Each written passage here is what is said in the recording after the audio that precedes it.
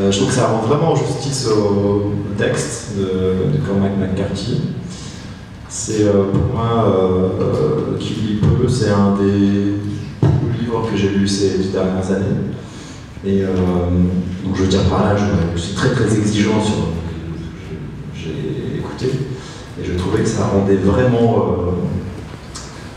une ambiance parfaitement crépusculaire, post-désespéré, enfin il n'y a pas de mots.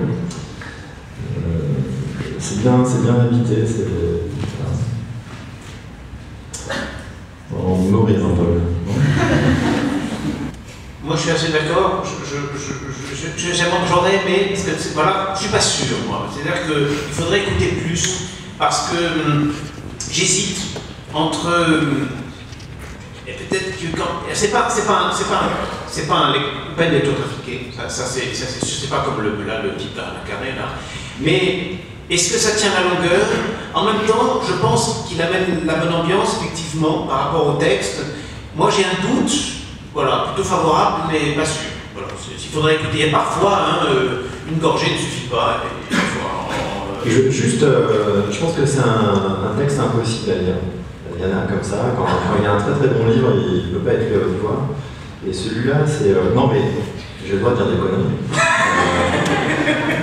Et ce texte-là, pour moi, il est vraiment fait pour être partagé dans la solitude d'une lecture silencieuse, absolument, parce que c'est un monde déserté. C'est un monde où l'homme qui ne se suicide pas juste parce que son fils est vivant.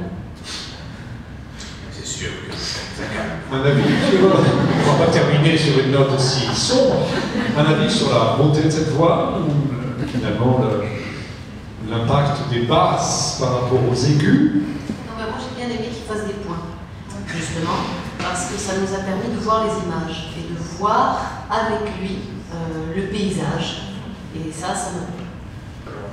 Je sors de ma réserve de sommelier pour dire que c'est mon coup de cœur dans la catégorie fantastique, c'est mon coup de cœur de l'année. C'est Eric Kerson-Macarel, qui est un acteur de doublage lui aussi, le doubleur du moment de James Bond.